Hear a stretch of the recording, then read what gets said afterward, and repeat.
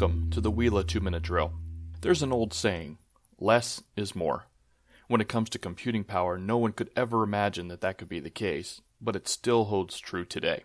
One issue that we see in virtualized environments is CPU over-provisioning.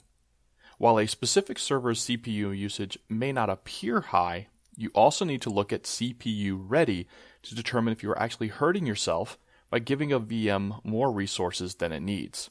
CPU ready is a metric that measures the amount of time a VM has to wait for available cores when it has work to perform.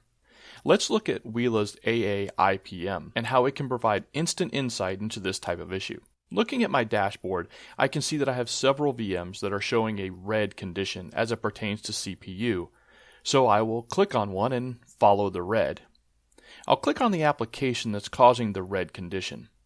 Once I open this, I see my root cause, which state there is a 100% likelihood that CPU is the reason my application is not performing well. If I click on the health circle, I get to dig a little deeper, and here I can instantly see that CPU ready is very high for this particular VM.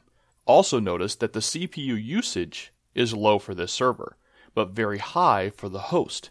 This is exactly the scenario we're talking about. This means that other VMs are utilizing the CPU, and so this VM has to wait for CPU to become available in order to process its transaction. Now, as a system administrator, I could reduce the number of vCPUs on the server and see if that not only resolves the red, but also increases the performance of my application.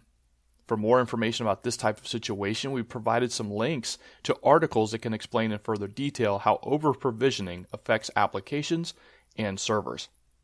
Check out other videos in the Uila 2-Minute Drill series for more information on how we're helping data center managers keep their applications and infrastructure running at peak efficiency.